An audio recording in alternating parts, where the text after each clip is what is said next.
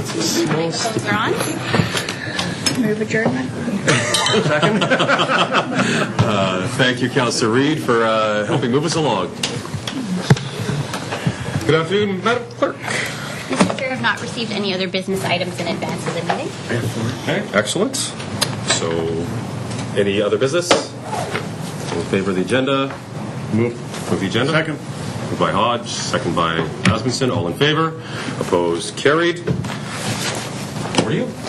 Item 1 is the minutes of the Council and Committee meeting held on Monday, November 21st. Recommendation to receive. Moved by Hodge, second by Asmussen. All those in favor? Opposed? Carried. Item 2 is delegation. I'd like to invite Ms. Humera, Tariq, and Ahsanullah to please come forward. Ms. Ahsanullah will be speaking to the Meadowbrook Neighbourhood concerns. Please, come up and have a seat. Welcome. On behalf of Council, I want to thank you for the submission you provided for us in advance so we can have a chance to read through it over the course of the weekend. Thank you very much. We'll ask you to... Hello. Yes. Yeah, they're quite sensitive. You don't have to get too close. That'll work perfect for you. Okay. And they'll pick up. So thank you very much for joining us today. You're very welcome. I'd like to say hello to everyone over here, and I would also like to thank you for giving me the opportunity to present the concerns and issues of the Meadowbrook neighborhood. I prepared this document on behalf of my Meadowbrook neighborhood, and I've already given a copy to all of you, and you must have gotten the chance to go through it and look at a little bit. The reason why we prepared this document is because we felt that it's been a while that we have been neglected, and it's been 45 years since we didn't have any major improvements or upgrades that has been done in the Meadowbrook neighborhood, except a sump pump installation. So we felt that we are being left out, and we wanted with this presentation to be heard and something be done to our neighborhood. So because I only have 5 minutes, so I'm going to go directly to the Southwest neighborhood plan. This is our neighborhood, Meadowbrook. And so as you can see, Meadowbrook falls into the Southwest neighborhood plan, and there are 5 neighborhood plans, and all of them are on the west side of the Southwest region, nothing for the east side. And we do not want to question why it is like that, but we hope that in the future there will be some new neighborhood plans for the east side, and if any urgent basis needed for some work to be done, some budget allocation will be done for the east side neighborhood as well.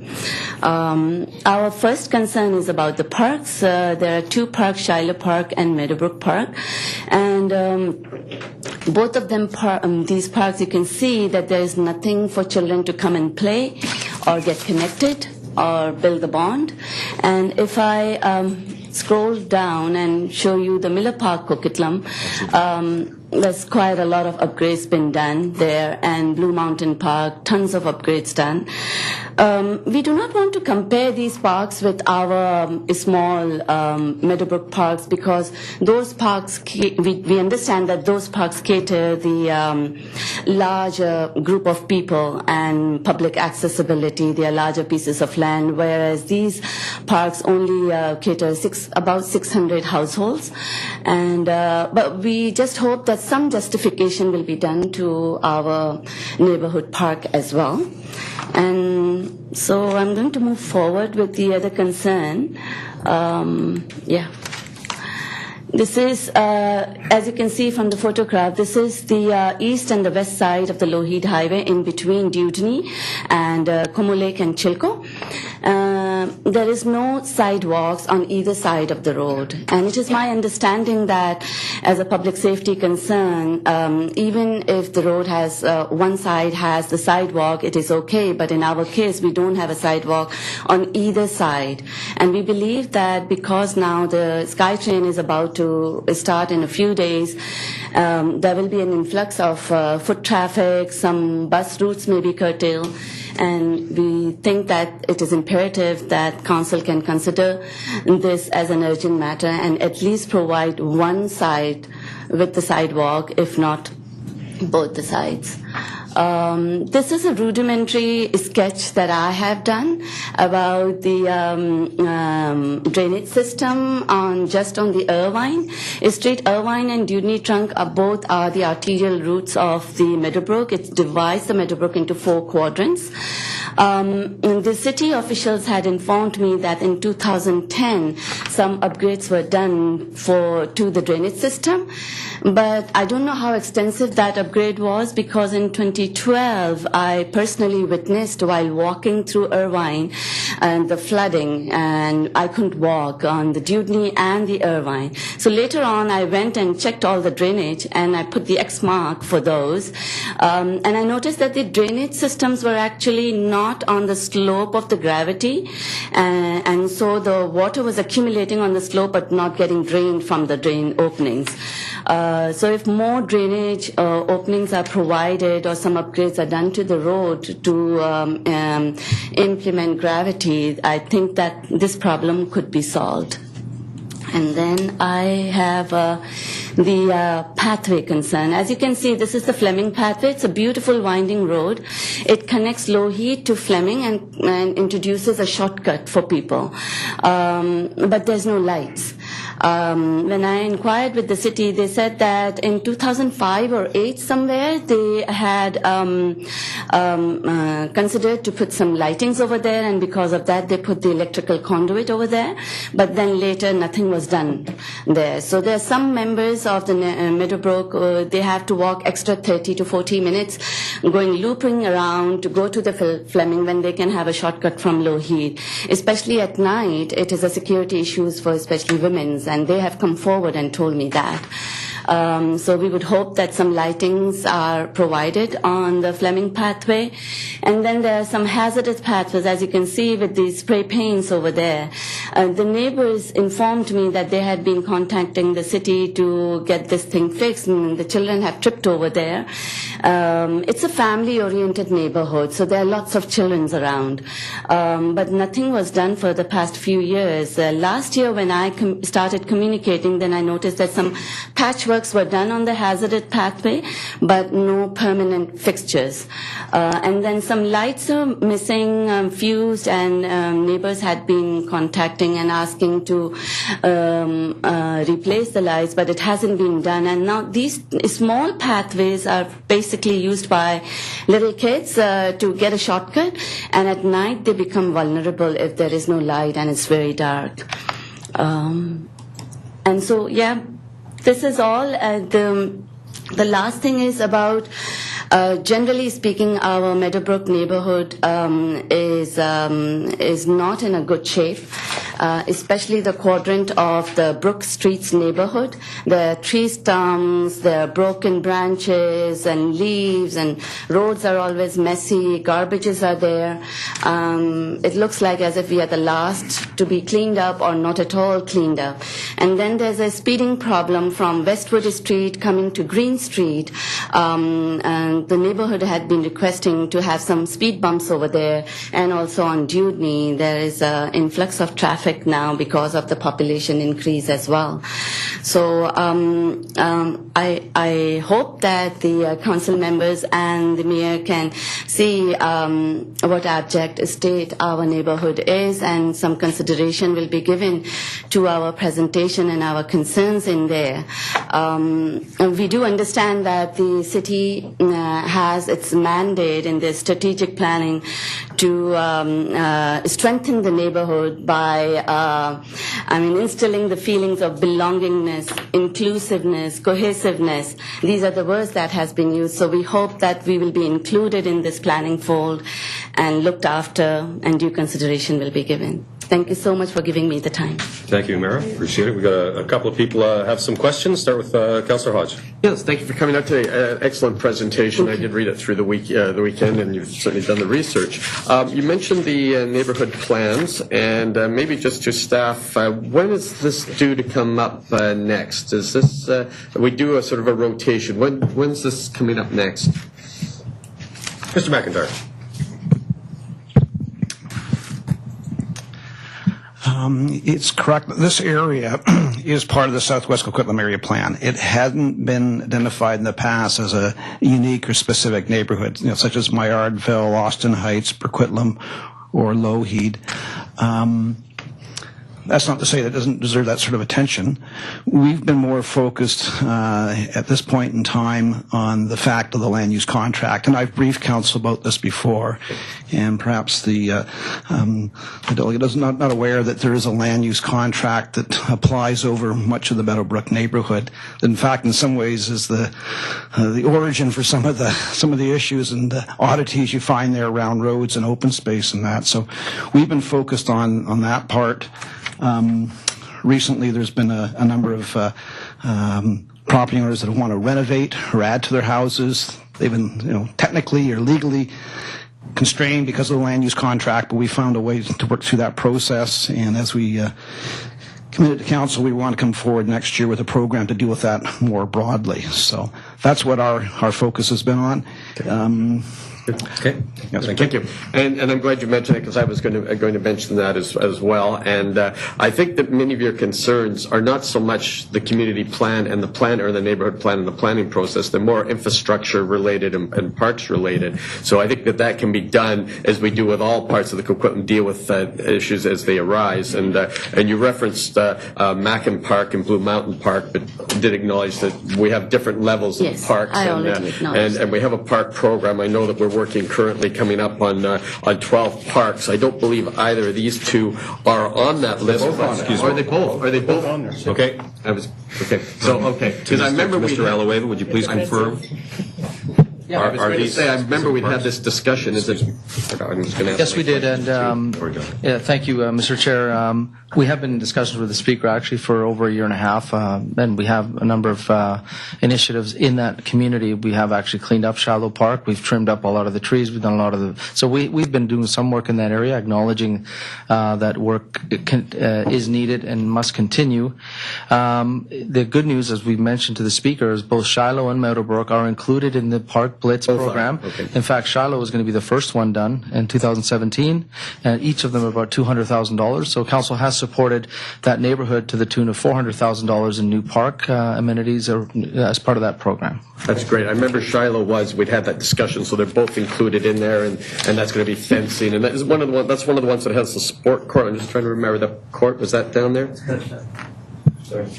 Mr. Alaweva? We're right now we have a bit of a plan for Shiloh. Meadowbrook is still in the works, and so we'll be talking to the community around some of the amenities. So there'll be some community consultation as we go forward. There's minor consultation. Largely, it's the replacement of assets, but we're talking to the community that's immediately around the park. Okay, and I did have the list, so I'm glad they're both in there.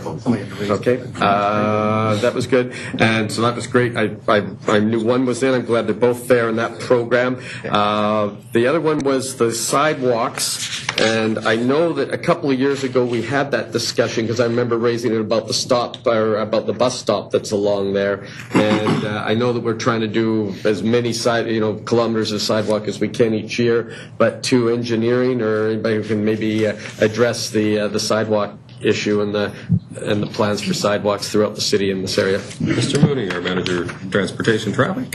Through the chair, we also met with the Speaker and walked the area. You'll recall last meeting at the Council Committee, we talked about the walkability program in our 2017 works. We've identified 2 sections along Lougheed Highway for future consideration. In 2017, we're proposing to extend the sidewalk on the east side of Lougheed Highway from this pathway trail that comes out at Fleming down to the First Cross Street Dewdney Trunk Road. As part of that project, we would include the lighting along that new section of Lougheed Highway, as well as the Speaker mentioned, we did pre-duct the pathway trail from Fleming, but because it was underneath the hydro lines at that time, hydro were very resistant to installing standard lighting. We'll be revisiting with them a lower level pedestrian scale lighting. We may have to stagger the lighting to avoid the overhead transmission lines. Further to that extension from Fleming Path down to Dewdney Trunk Road, we are also looking at the section between Dewdney Trunk Road and the Como Lake Chilco. We haven't decided which side of Lougheed Highway we should use there. There's advantages and disadvantages to each side. Having said that, there are traffic signals at each end of that block and no midpoints. So I think even if we were to install it on perhaps the west side, which would lead you closer to the Evergreen station, you'd be able to cross it safely at either end. So that is not in our current 2017 year program, but it is something we'd be looking at in 2018. And the final comment I would say with the approval of the first phase of the TransLink plan, the Mayor's plan and the TransLink Council, we expect additional funding will be available for these types of facilities on these types of roadways, major roadways. So there may be an opportunity to gain some access to funding there for 2017 and 2018. So thank you. So in advance of the SkyTrain, sidewalks are coming for part of this. The lighting's being looked at, and both of these are on the list for the Park Blitz. So excellent on that. Thank you. Mr. Thank you. Thank you for your very detailed report and your discussion, and I remember discussions about this in the past. I just wanted to comment on the speed bumps. We don't use speed bumps on city streets. Very, very few communities do, and sometimes they use them in lanes, but on streets they tend to wreck fire trucks, and that's not one of the tools we traditionally used. And traffic calming hasn't had a great deal of wonderful experience in our community.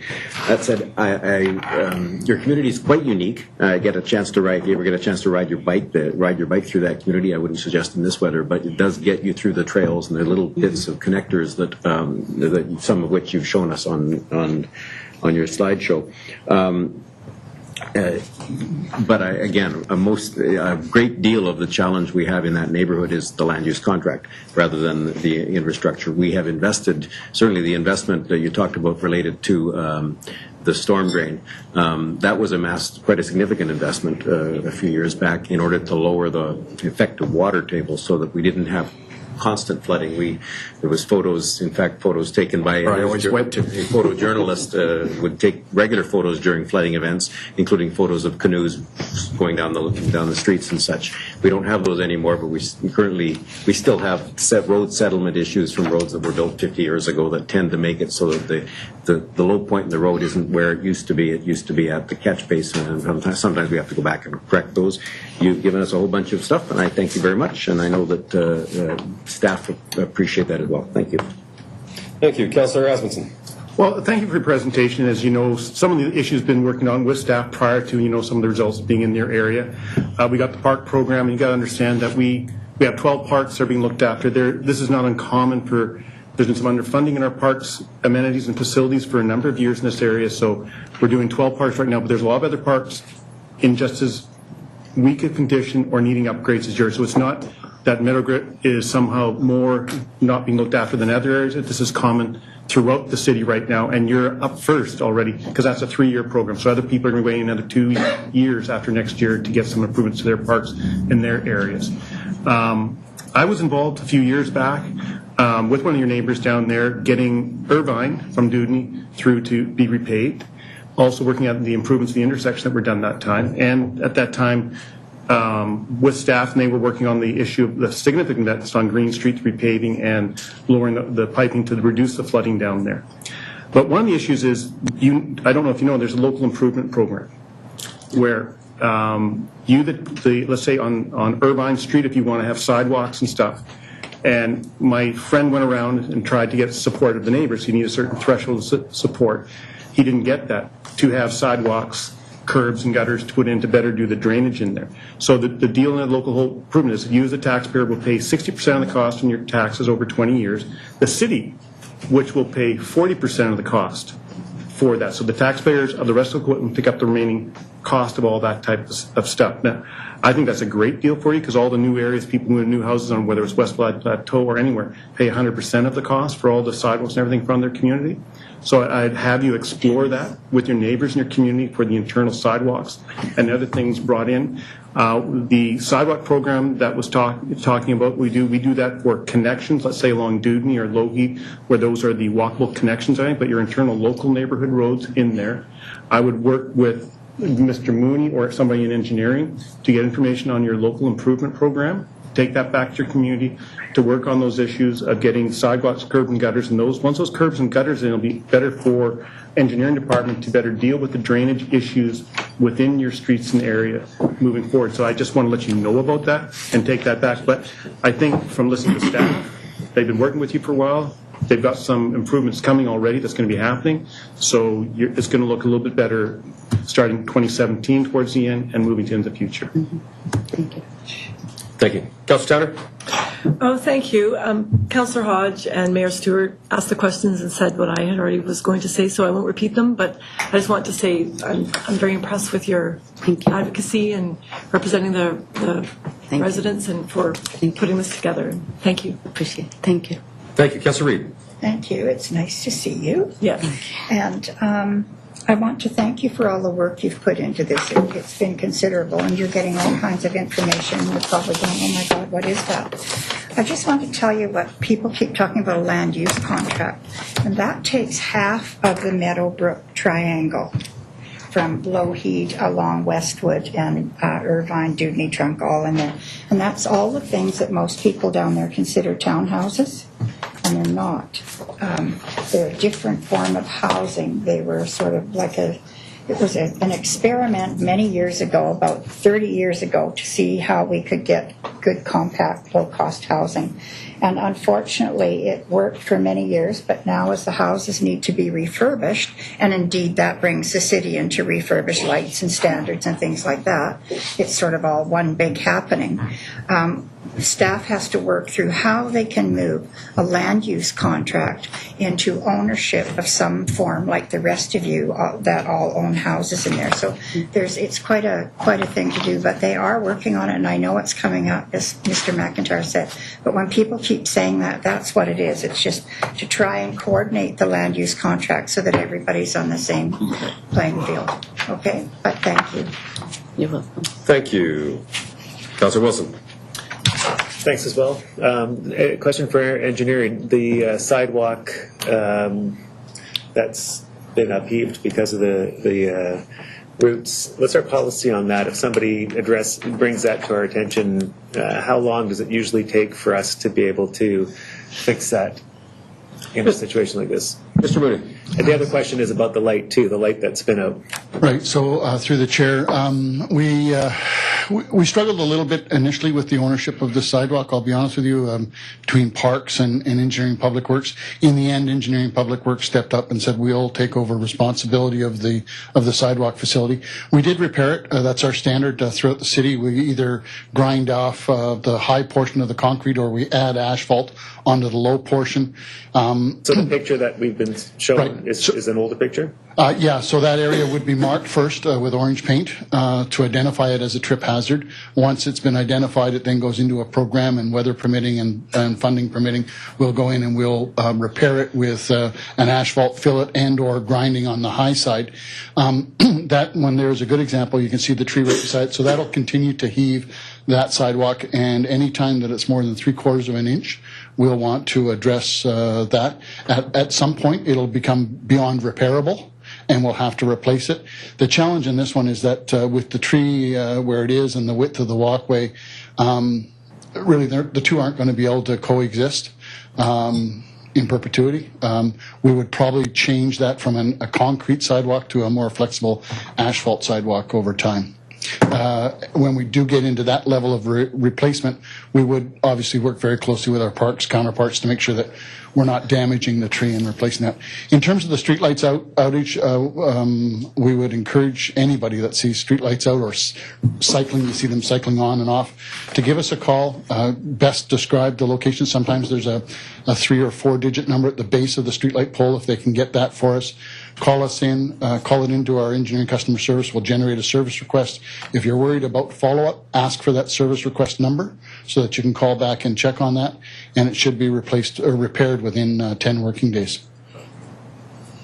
So do you know what happened in this particular case? Apparently it was brought to our attention a couple of years ago. Yeah, so I know that particular one, if the speaker can confirm, I think that's the one that you and I walked and we actually found it repaired with the asphalt repair. Is that the one that you and I This went one? to look at? And it had been repaired by the time we went out there and looked at it, so it has been repaired. It will continue to move, and if it becomes excessive again, it should be called in. In terms of the street lighting, I don't know the history on those particular ones, but again, if they are seen to be out, please call the engineering department, and if you're worried about the follow-up, get that service request number, and it should be repaired within 10 working days. So that now that we know about it, then within the next 10 working days, it should be repaired, the light? If she can provide the location, it's I have pretty, the numbers. Yeah, yeah. If you've got the numbers at the bottom of the streetlight pole, that works great for us. Okay, thank you. Councilor Zerillo. I had a question for staff, and I'm going to start by saying thank you so much for coming in and bringing all this information and advocating tirelessly for your neighborhood, and it's certainly elevated, I'm sure, to staff and even to council the condition of some of the things there, so thank you for that. My question is about the bus stops. Across the city, we currently had upgrades to bus stops with pads and benches, and I'm just wondering if Meadowbrook was involved in any of those upgrades, if there was any new benches or accessible pads for the bus stops in Meadowbrook. Or Mr. Mooney, would you be able to speak to that, or is one of your engineering colleagues? Just off top of mind, I know the bus stops on Lougheed Highway had their shelters replaced, and they're installed there. I believe there's also new benches at both the northbound and southbound bus stops on Lougheed Highway, but I'm not sure about the transit stops along Dewdney Trunk Road. could I ask just for a look into it, because I do know I canvassed that area quite extensively, and there's a lot of people that bus to work out of that community, so I'd be interested to know if there's the condition of their bus stops as well. We can certainly take that back. That would be awesome. And then for parks, what is the timing on Shiloh then? If it's one of the first to come, what would be the timing on Shiloh? It is going to be started in early 2017. So it's the first one. We're going to be doing about 4 a year. So we're doing a lot of the work right now on that. I anticipate by spring of 2017 it'll be complete. So I guess my last comment would be that this is perhaps one of the more affordable neighborhoods in Coquitlam, and it would be wonderful to just have it there for young families to be able to own and rent real estate in the city of Coquitlam. Thank you for coming out. Do you know who the developer of the All right. Well, thank you for coming in. Thank you for the detail, because that is a great benefit. And I see you have had some conversation in the past with staff. There's some traction, but certainly some areas in which I think we can heighten our awareness. And I think in our parks and in our engineering, we've heard that today. So I want to thank you for coming in today and sharing your information. Please do connect with Mr. Mooney and share that specific light. Can I ask some questions? Is it possible? Okay, go ahead. I was just wondering about Mr. Mayor's comment on the speed bumps. If that is not provided, then how else the city, implements to control the speeding cars, because there's little children, they are walking around. That was one of the questions. And then about the Park Blitz program, and I was reading the report, and in that I noticed that public consultancy will not be sought. So I was a bit concerned about that. And also I have some, because we, overall with the neighborhood, with the people who had spoken with me, we were discussing as to how we can improve the parks, and we have very good ideas with us. And so if there is no public consultancy, then how can we tell anything about our parks and how we want it to be done, especially with the playgrounds, the play equipments, and some other kind of equipments. Okay. So the report itself does reflect that in most cases it's like-for-like replacement. Obviously there's some changes in it, but there are some parks, and I think these are some where things have been removed over the years, so there isn't a lot there. So that's where, as Mr. Allaway had indicated, there is going to be some public consultation. Mr. Allaway would correct me, there's something online right now in regards to public consultation for amenities in parks. Is that correct? Can you give some information on that? And would that be reflected in Yes, with and regards to these specific items? The intention is that it be online for some commentary. I'm not sure if it's on there right now, but the idea is to have it available. For instance, Shiloh, we're going to be thinning out and raising the crown of a lot of the trees, generally tidying it up. We're going to be removing the chain link fence, separating the playground, and also installing a new playground and surfacing. So it's really like for like. These are small parks. We do tend to want to talk to we just do a bit of a walk around with some of the immediate residents. Meadowbrook, for instance, is actually quite tightly, there's a number of residents looking right into that one, so it's even more important. But largely, these are not parks that are big enough to substantially demand a big public consultation process. The idea would be just to replace and actually to upgrade the park by replacing equipment, some of it which has already been taken out. We'll look to find the appropriate play equipment and the best location, but largely it's improvements to what's there. There's not going to be a lot of variability with the budgets we have or the type of parks we're looking at. We're happy to talk to the speaker on what she might know about people living around these that they might be looking for. We're happy to take those comments. For Shiloh, we'd want some of those comments in the next couple of weeks for sure, or probably month, as we're starting to kind of tighten down the park components. We're not going to have a skate park. We're not going to have parking. We're not going to have a bathroom. We're not going to have a water play area. That's not going to, just generally speaking, so it's understood.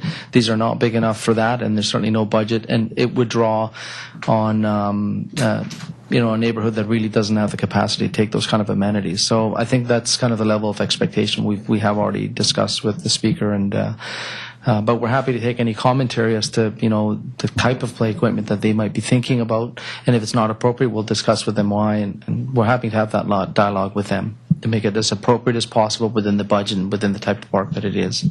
So again, we'd encourage you. Obviously, Meadowbrook Community isn't a formal community association, but obviously there's a lot of communication going on, and you've stepped up as the spokesperson, so thank you for that. Would encourage you to reach out and then communicate directly. Again, it's a neighborhood park, not like the community parks or some of the ones that were compared were community parks, so there is expectation of parking and where people will drive to, whereas this one is really for the residents in the immediate area, as you're well aware. So I would encourage you to perhaps act as that conduit to our Parks Department. Now, with regards to the speed bumps, that's something, if I might, that we've had some discussion about, but again, there's mixed feelings about them. I've talked to some elected officials that do have some speed bumps in their neighborhoods, and they're a mixed blessing. And you may see this slow down as they approach it, but they tend to see people accelerate quite dramatically afterwards and really racing between them.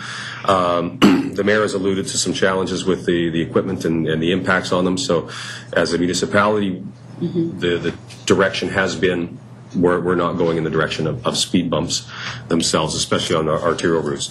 Now, that said, we have had our RCMP update recently, and our RCMP are now staffed, and the traffic component of it has been heightened, and they're able to ensure that the appropriate resources are being put towards enforcement and that behavioral change. Our engineering department does do some work with signage and reminding people of speed limits, reminding people to slow down. So again, if I might, for our staff, if we can take a look and see what we've got in terms of our portable signage and put those out as reminders, and then we can certainly have a chat with our RCMP with regards to any planned enforcement. And it's really behavioral changes. And we hear a lot where people say it's happening in my neighborhood. Okay. It's unfortunately happening across our city, and that's people rushing to get wherever they're going.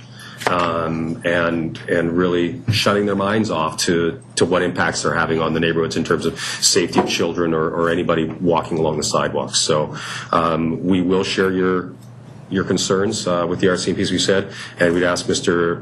Mooney to perhaps take the initiative with regards to looking into the signage and the reminders for people coming through that area. All right. Okay. Thank you very much. Again, I want to thank you for coming in today and sharing your concerns, and encourage you to keep in touch with our departments to be that conduit. Thanks for your time. Thank you very much, everyone. Madam Clerk. Thank you, Mr. Chair. Item 3 is the recycling depot strategy. We have introductory comments by the General Manager, Engineering and Public Works, and the report is before you for information.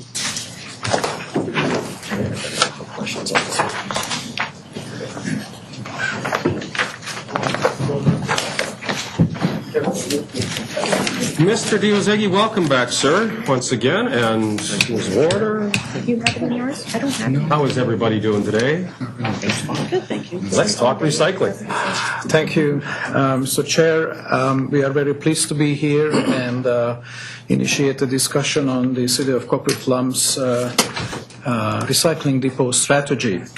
As you know, the existing Coquitlam transfer station with the 3-year extension will remain in operation until the end of 2019, as we know it today.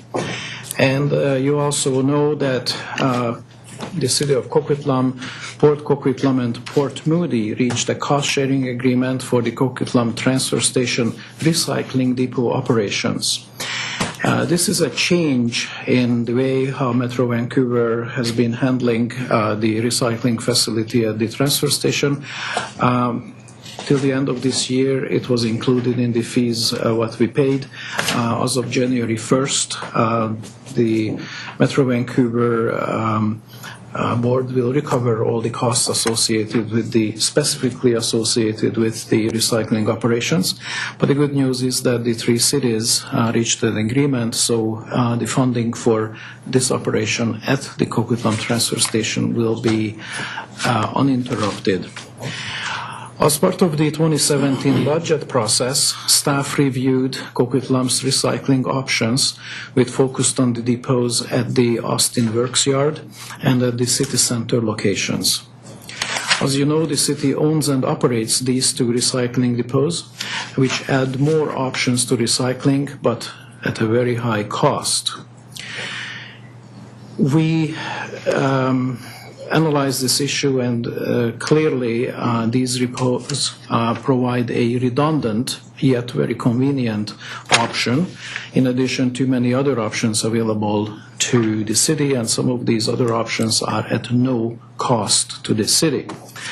That no-cost options include free unlimited curbside collection. Unfortunately, the high operating costs of our depots are in part due to dumping prohibited or not supported materials at these 2 depots of ours. We did some number crunching, and it seems that the city pays approximately $800 per ton of recycled materials at these 2 depots, while the cost of recycling at the Coquitlam transfer station, which is currently free, will be in the range of only $50 a ton. So $800 a ton versus $50 a ton. It's a huge discrepancy. Now, as I mentioned earlier, this $50 per ton calculated or estimated amount will start as of January 1st, 2017. Now, staff is very well aware of the importance of this service, and we are also appreciate our residents' sensitivity to changes in the service levels. However, given the very high cost of operations at these depots, in staff's opinion, this expensive service should be phased out.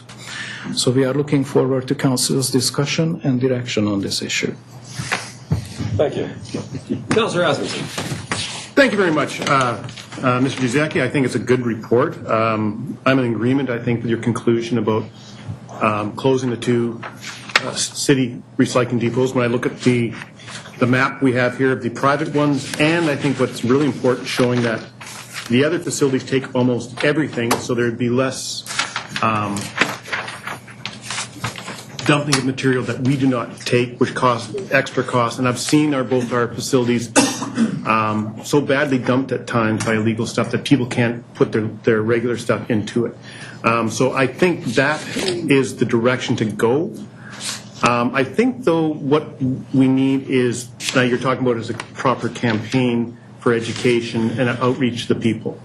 And I think that needs to be, if council agrees with this when the report comes to open council, to have on our webpage, not on the look for it, but right on the webpage, on our the homepage, on our Coquitlam app that we have for our waste and everything. I'd like to see as many notifications go out to people, signs at these locations. I think I would like to have it into early summer at least, if we're going to do this change, with about June at least. So give people a lot of time, a lot of notice if we decide to make this change. It's just one of the biggest things that we can do to help move this through. I also would like to point out that while it's a program that we have, I know other councillors have talked around here, some councillors more than others, about illegal dumping. I've noticed a lot. As you notice in your report, a lot of this illegal dumping doesn't need to take place, but we have a 4 large items pickup for every resident in a house around here. I think we have to find a way to better advertise that and do more advertising that. I'll leave that between you and communications, but I think that needs to be an ongoing communication, whether we have a sign for respect your community, here's a way to get rid of your stuff. My other comment, we need to find a way of finding out, and I think some of the dumping comes out of apartments or townhouses or rentals where people are moving out and they don't have that ability, how we can connect with those different buildings and units and have them a program or something that they could do to alleviate and how to get rid of their stuff rather than leaving it on the streets in different areas. Some of this furniture could have been donated for other people, but once it's outside in the rain, it's totally useless. So I think this is probably the way to go. We have a lot of private recycling depots in this area, and I think it would, in the end of the day, once people get used to the change, I think it'll be easier for them because they can drop off more things at these other depots. And so I'll look forward to the rest of my councillors, but I think the biggest issue, if council and open council decides to move this direction, is the campaign on information getting out to the public and that strategy moving forward. Thank you. Thank you. Councillor Hodge. Well, an interesting discussion, good report. This is something that I talk about a lot Zero Waste as a Metro rep on that committee. And just recently we had this discussion about illegal dumping, or also known as orphan waste, but I think illegal dumping is probably what most people refer to it as. And there was some question about, is that increased because of fees at the transfer stations? And I think that when it comes right down to it, people want to recycle, but we have to make it easy. And people don't want to pay extra. And I think those are two things that have come through in this report, is that, they don't want to pay the extra fees. So we provide a very good service, better than most communities. We have the 2 city-run facilities, the one down by the Austin Workshard and one here at Town Centre. And we've got the one that the Metro runs that we're going to now partner with Port Coquitlam and Port Moody to operate. However, that commitment does not go beyond the life of the existing center. So when the new one is built, we don't have a long-term operating agreement with our partners on that yet. I'm hoping that we will arrive at one, but that leaves an unknown about the future. And I do know that a lot of people use that center, and a lot of people like it because it's one-stop drop, everything. They take styrofoam, they take everything there, and the list is here. And that goes back to if you make it simple, people don't want to run around to half a dozen places. Now, recognizing on the list, and it's a very good chart here, that we do have the Uncorp center here in the list, and they do take a lot of this material. But I do know that regionally, a lot of these private facilities are starting to struggle with the financial model for running these, particularly because MMBC, who's responsible for recycling material, is not adequately compensating many of these private centers. In fact, MMBC is not assisting with our recycle center in Coquitlam. It was, of course, run by Metro. We're taking over. There's a new one being developed in the North Shore, which is a tri-partnership between those communities, and MMBC is going to contribute. I understand it's in the area of about $60,000. But that was because they were already in there when that center was taken over. So part of our problem in all of this is that the product stewards who are responsible for much of this material aren't coming to the table to help pay for some of the cost of collection at the back end, and it's ending up in the waste stream, which we all pay for because that hurts our diversion rates.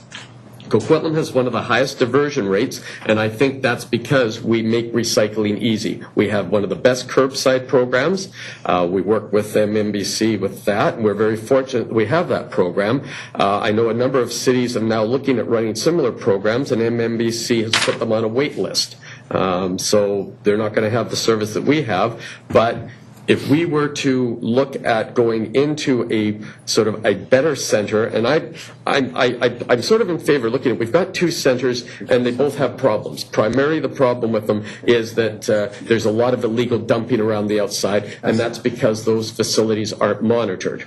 And so I tend to sort of think, let's go with one center on, further up to the north, because we have a good one operating on United that we're partnered with.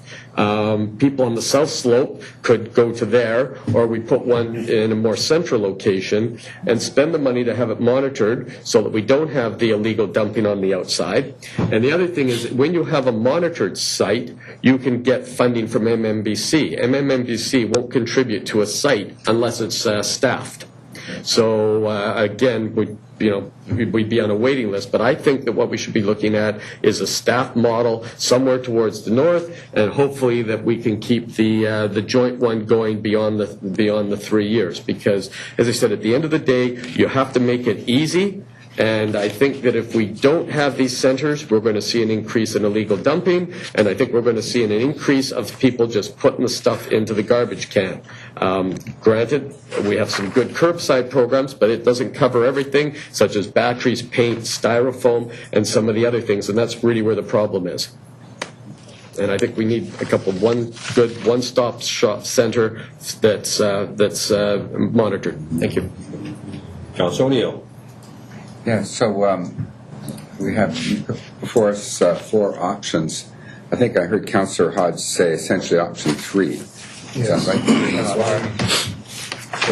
Close the Mariner Depot and continue to operate Town Centre Depot with staffing or something similar to that?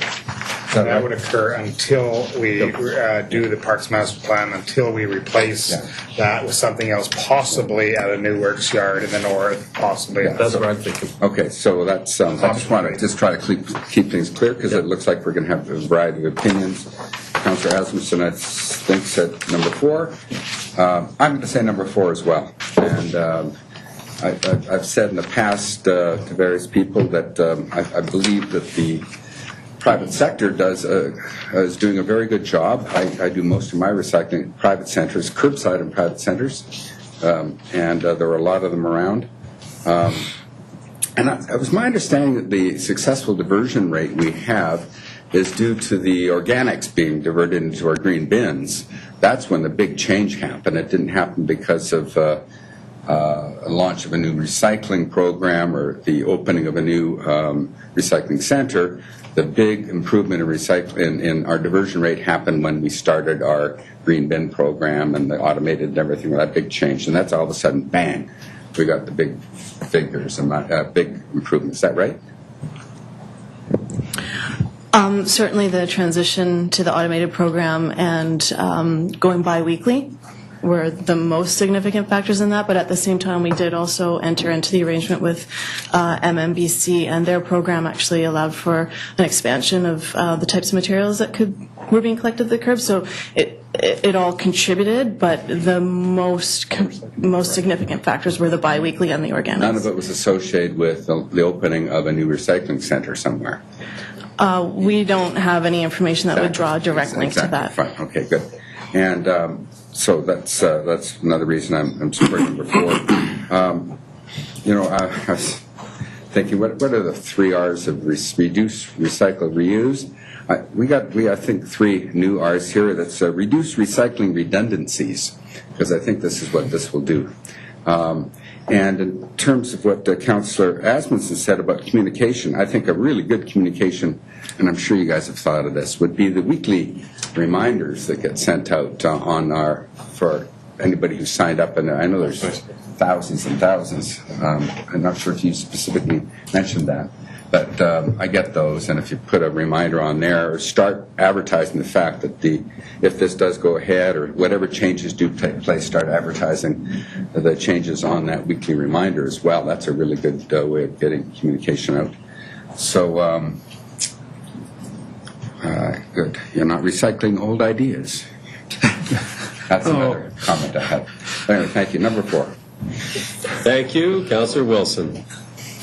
Thanks. The survey, how was that promoted? Was it people that came to the depots? Was it a mail out? Was it an online?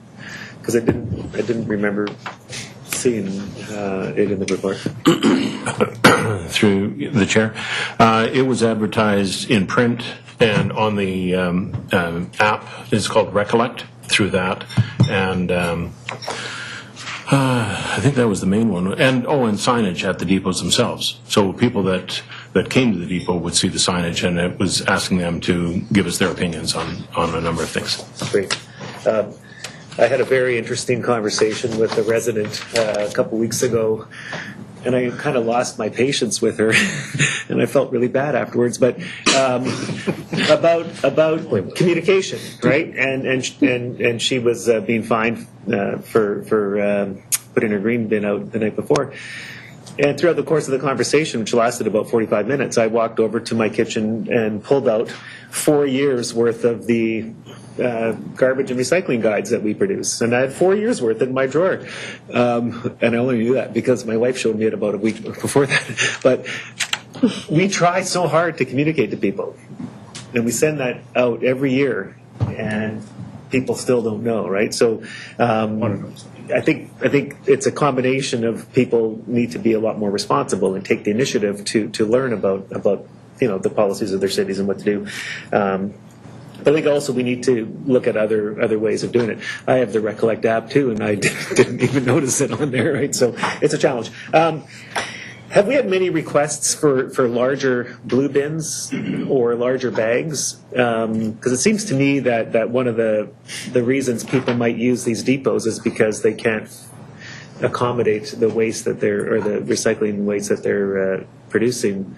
Has anybody asked for larger bins or anything? Or Through the chair, not a lot of people. If you have oversized cardboard, that's the main concern, which can be cut down, or it can be taken to the depots that we list in the report, and that usually satisfies the concern that if it's too big, it won't be picked up at the curb. But it's rare. That's not a common one. We've had a couple of inquiries about single stream, because some cities have a large blue bin, and it's often only picked up once every 2 weeks instead of every week in Coquitlam.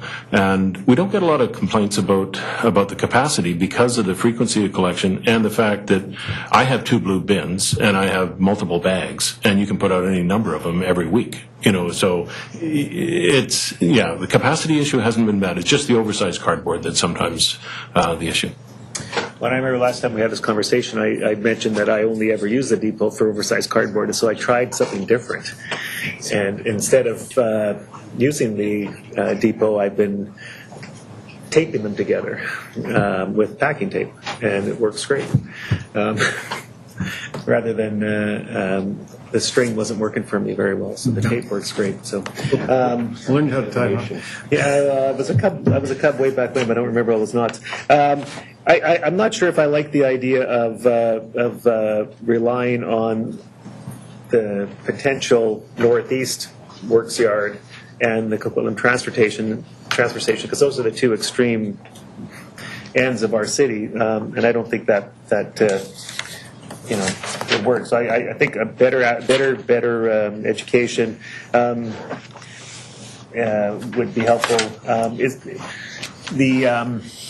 the community signs that we have put up this year for the 125 anniversary celebrations, do you know if we're planning on using those next year and beyond for city events? I think they were great for the 125 celebrations, but I could see us, promoting the 4 large pickup option, on those signs, one for 2 or 3 weeks, and then another sign for a city event, and then,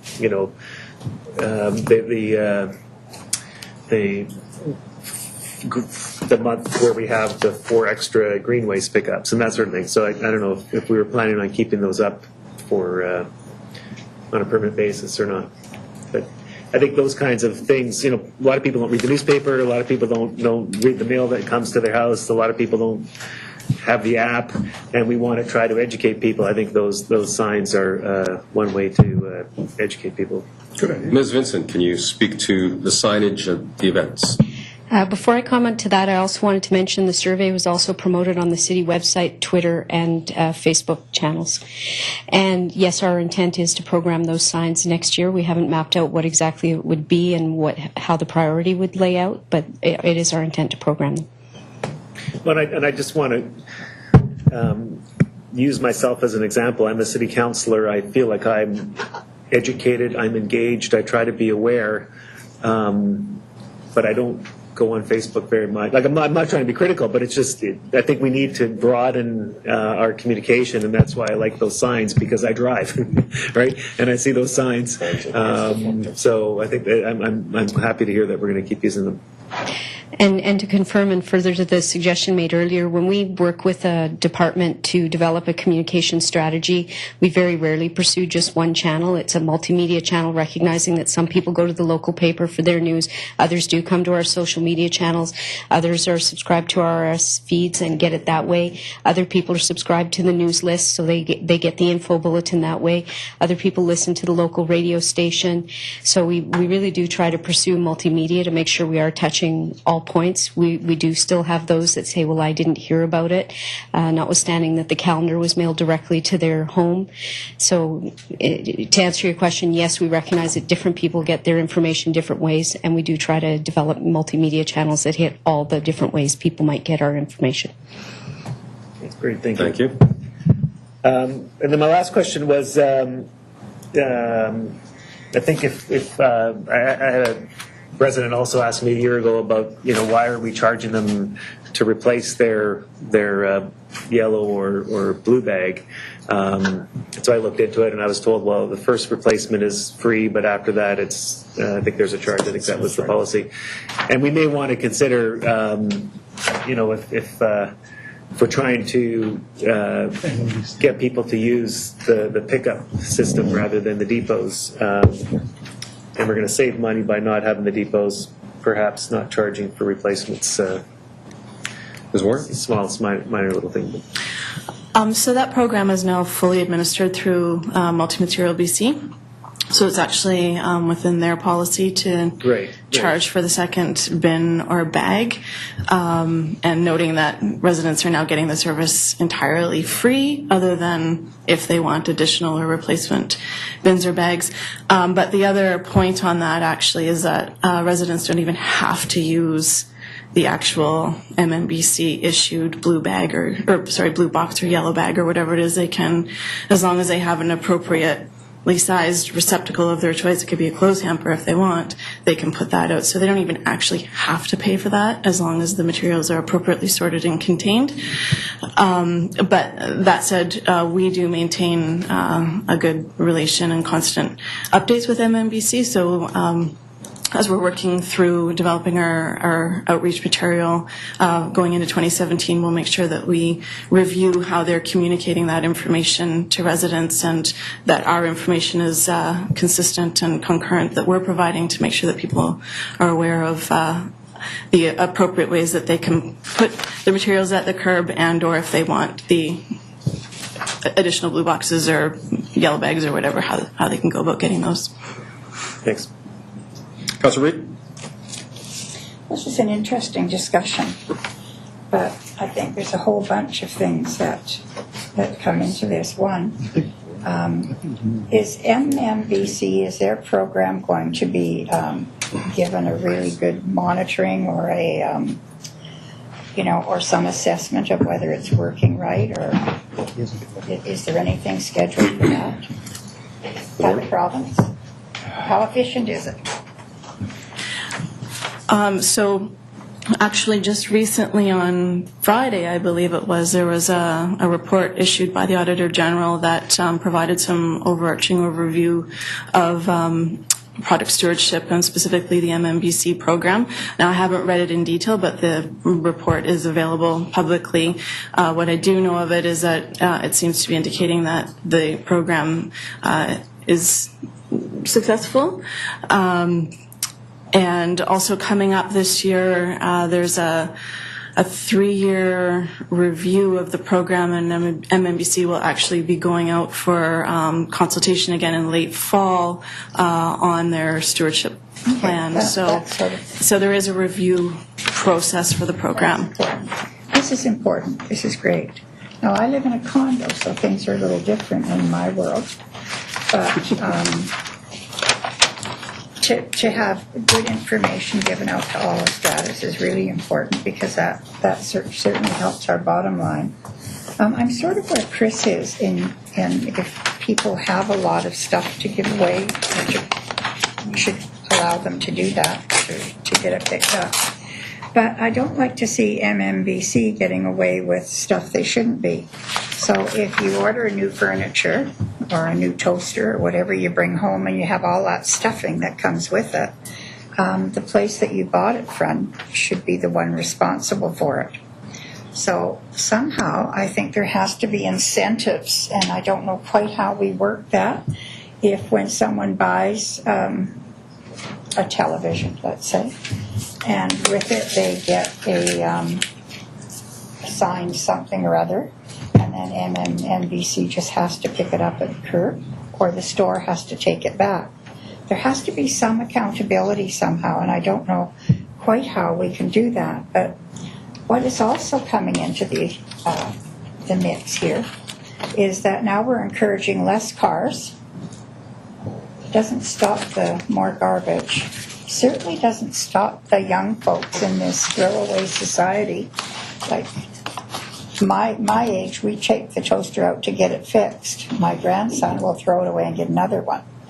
And it's just the way society is changing. So I think there is more waste in a lot of ways, and I think the packaging that they're doing is just absolutely ridiculous.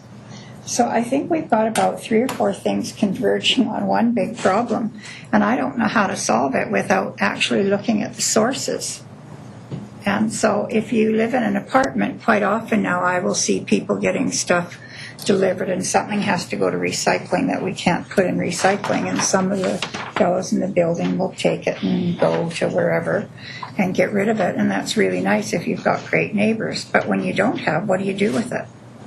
And then I think you just get Fred and Harry decide, well, I'll come over at midnight, we'll throw it in my car and go dump it in the creek, and that's basically what happens. So, because what else do you do with it? So I think we have more problems than one here. I'm not in favor of shutting both of them down at once. I am in favor of having someone have it staffed. I am in favor of big cameras, big fines for people that come in the middle of the night and decide to dump stuff. And I would wonder if, this has always puzzled me for years, the large item collection thing. How many people have large items that they put out for collection? I don't know if there's very many.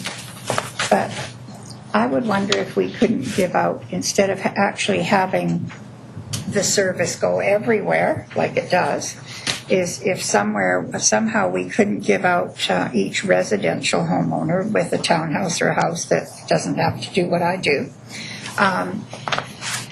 If they, when their tax notice goes out, they get 4 certificates with their address printed on it and a number.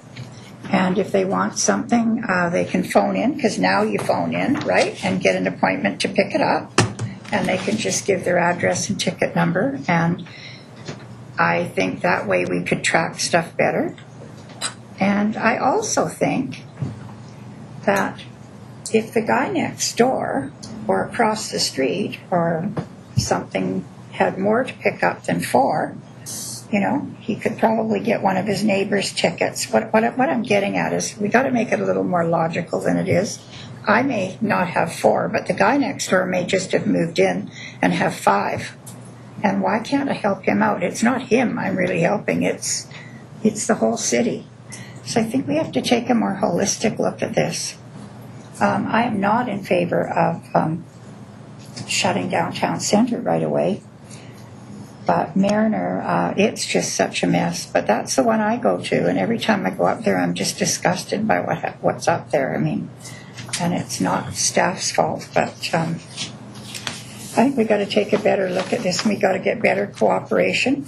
And I think the more that we can use our newspaper, if it's still around, for things like this and maps like this, the better off we're going to be. Not everyone's online, and a lot of people will clip this out and stick it in their car, and off they go when they have stuff to give away. So that's my comment. Okay, so to clarify, Councillor Reid, you're in favor of keeping both open with staffing and security, which is option 2? No, I would. Transitioning towards you could talk 1? me into option 3. Okay. But I think we need to take a really good look at some of the fines and that. All right. Thank you. Just quickly, Councillor Wilson, which direction do you fall? I think I would have been probably number 3 with the idea of eventually phasing out town centre. Thank you. Okay. Councillor Zarrillo. Well, I'm option 4 with a modification, but can I start just by putting it out there that maybe packing tape is not a good thing to use on cardboard? They have to, when they're recycling, there's a lot of water used to try to separate the stickiness from the non-stickiness and trying to keep the stickiness out. So I'm not going to get into the whole science of it, but I don't think packing tape is a good idea. That's why they ask you to use the string. Just saying. Why do they call it packing tape?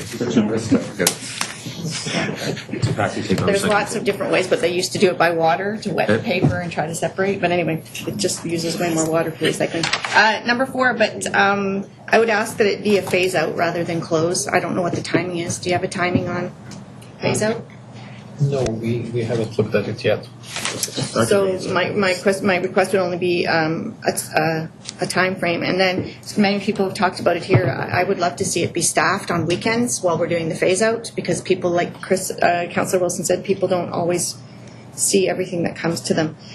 So I'm all on side with everything everybody said about communications, and this could be a real boon for local business. So I'm good with that. My question is around what Councillor Asmundson said about the large item in the dumping.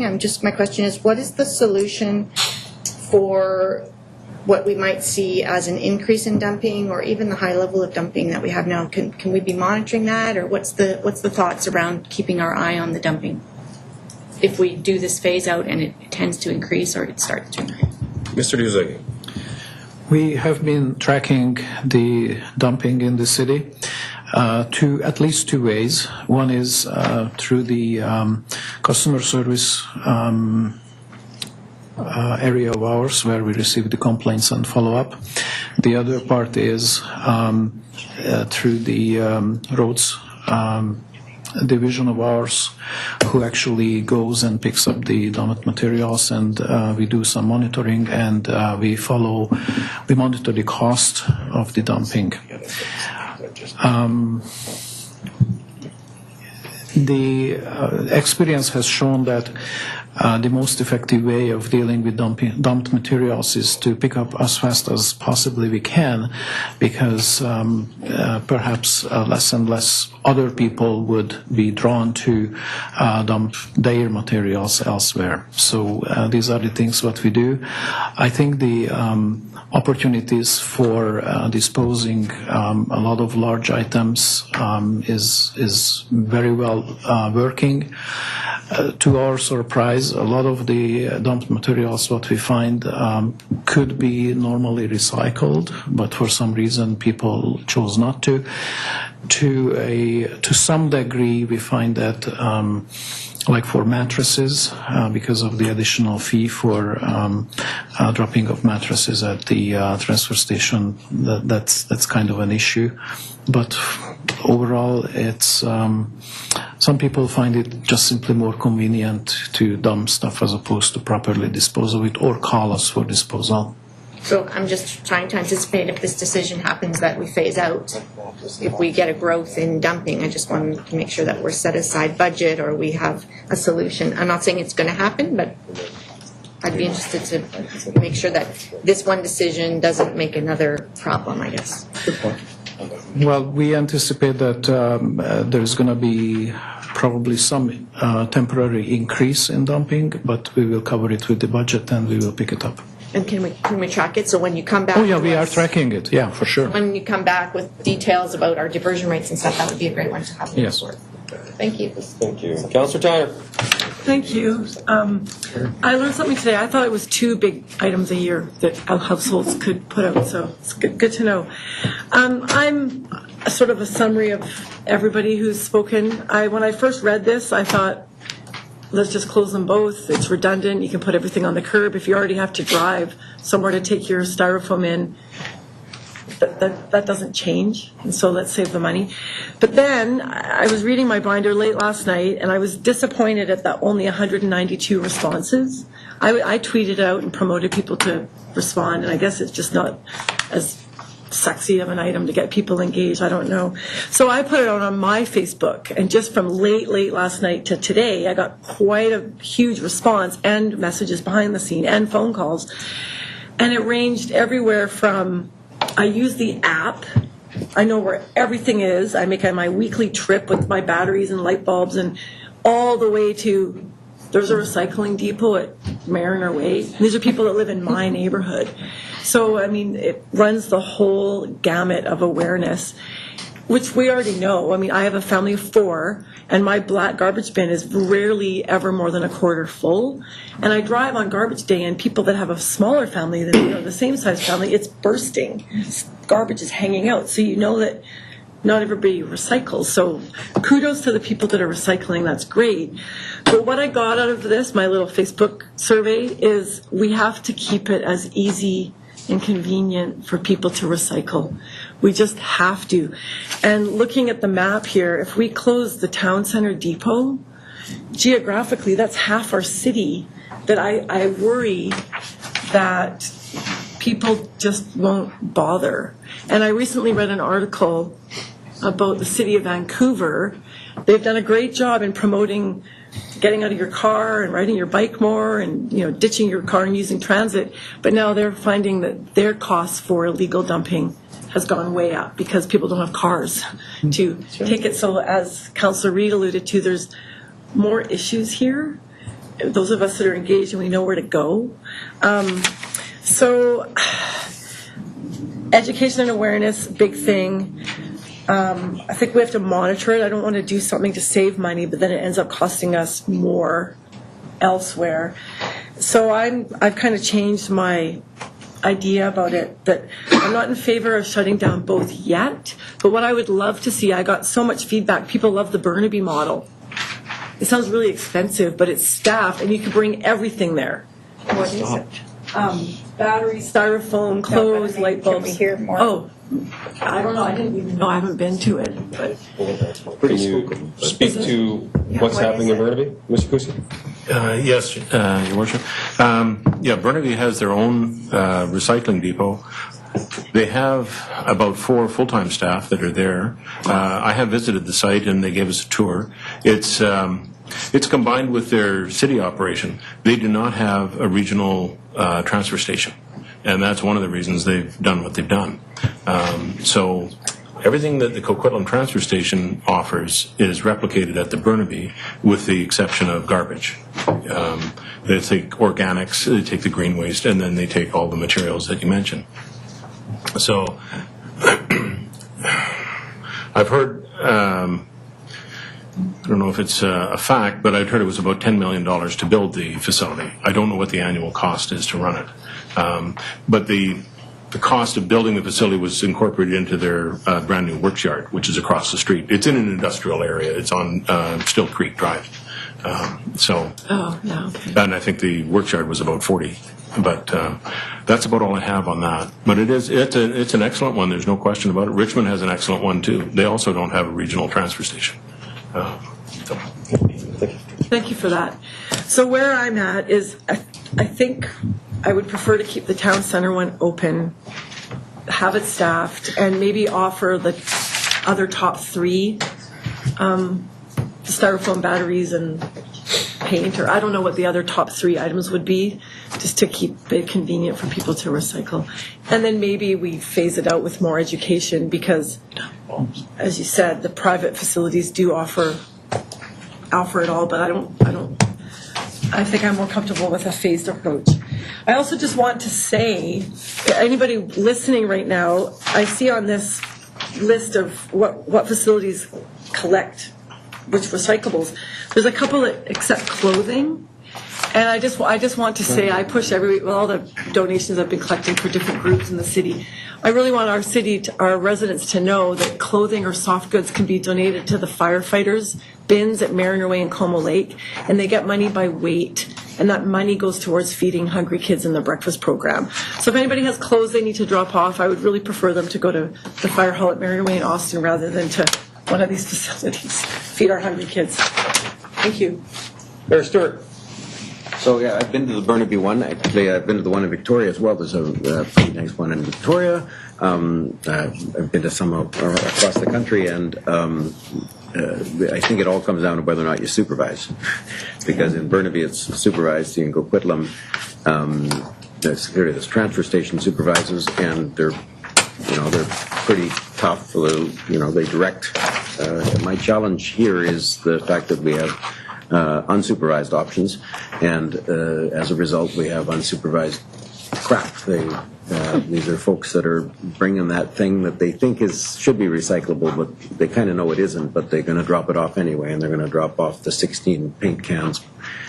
But some of them aren't really paint, and they're not sure, and so if you don't supervise, we'll continue to get that. At the same time, I don't want to see us make it more difficult, because recycling only works for I think the majority of people if it's easy, and even they won't read the package and they won't figure out where it goes. I know of people that have never ever used their organic waste bin. It's still shiny clean, because they don't know why anyone delivered it.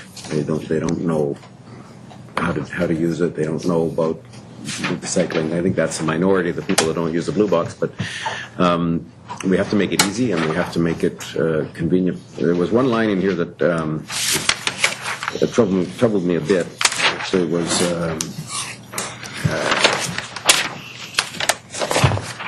oops. But anyway, the suggestion that one of the challenges is that there's no way to make sure it's only single-family home dwellers that use the recycling, and that struck me because I know that's true. But it's also, we all know that the majority of people that use those, I think the majority of people that use our recycle centers are people who live in apartments, and their apartments don't have a decent recycling program themselves, and so they bring it to us rather than because they don't have a blue box process. So I'm almost tempted to say that if we recognize that some of these aren't in the utility, or a great many of the users aren't in the utility, maybe we need to find a way that we keep one of them open. I'm thinking town center because of simply geographics, and perhaps even fund a little bit of it, a token amount of it, so out of taxes, so that we recognize that the people that aren't contributing to the utility are contributing in some way to the making recycling easy. I'm really reluctant to close them both, and the only one that we could just realistically keep open is town center. And I'd urge you all to drive down to Burnaby. It's right on the bike route. Actually, it's right in the middle of Burnaby. That's one of the advantages is geographically, that's where you'd put it. In Coquitlam, geographically, you'd put it somewhere in the town center so that it could reach in both directions. The land down here is really expensive. The industrial component, there is some industrial component, but we're not going to go out there and buy a piece of land to put this on. Maybe next to 3030 Gordon. But anyway. Yeah, clarification on the cost. So currently we're spending $500,000 to operate 2 city-owned recycling depots. Option 3 foresees closing one of those, so let's say it's $250,000 we're left with. But then option 3 also says monitored with staff. So we've saved $250,000, let's say. How much more would we have to add on top of the remaining $250,000 if it's staffed recycling? Maybe this is details for when the report comes back to council. This is on the committee, but what's got a ballpark on that, just so we know what we're talking about here? Mr. Cousy?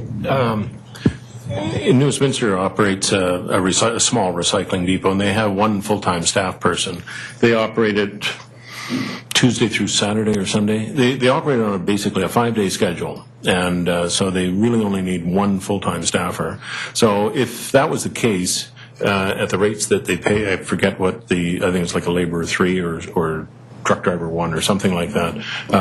It's about $80,000. Yeah. For the staffing component of it, yeah. 80. So that would be a money saver over keeping 2 unstaffed ones open. Having one staffed one. Okay. My rough math, is that right, Joseph? I think Vern's example is a very good one, but I would be much more comfortable to look at it more closely. Yeah, okay. And my gut feel tells me that one staff member will not be adequate for the volumes we've been handling. And so I think my gut feel tells me that the labor cost would be more in the range of $150,000 a year and up. Yeah, okay. All right. Now, of course, this could also look at this as the city starts paying for this. That's not a possible job expansion in the private sector. If we stop doing it, it might encourage private sector to operate more, and private sector pays for the job, and taxpayer being paying for it as well. That's another way of looking at it. But I'll wait to see the full report when it comes back to council for decision. Thank you. Thank you. So there appears to be a majority are interested in seeing the closure of one and perhaps some staffing. I'll throw in my 2 bits worth. I'm loath to put staff at it because I think from a staffing perspective, and you just pointed out what New Westminster's done, this is something that you need to operate throughout the course of the day. This is not a 9 to 5, Monday to Friday, or Tuesday to Saturday. This is, in all probability, a 6 a.m. to 9 p.m., 7 days a week. That way you catch people that are going to look to utilize it and drop off the recycling on their way to work or on their weekends.